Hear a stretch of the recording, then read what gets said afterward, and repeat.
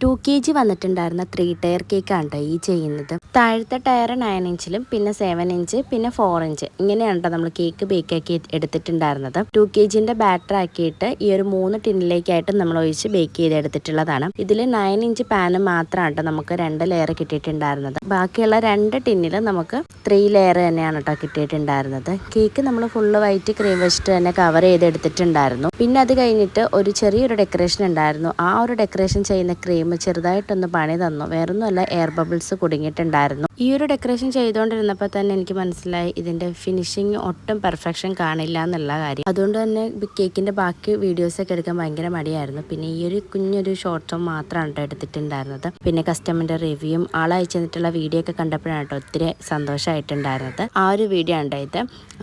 ഇതാണ് നമ്മുടെ birthday baby വന്നിട്ട് ഋതുനന്ദി എന്നാണ് ആട്ട പേര്. അപ്പോൾ ഇന്നത്തെ വീഡിയോ ഇത്രയുള്ളൂ. അടുത്തൊരു വീഡിയോ ആയിട്ട് വരുന്നത് വരെ താങ്ക് യു.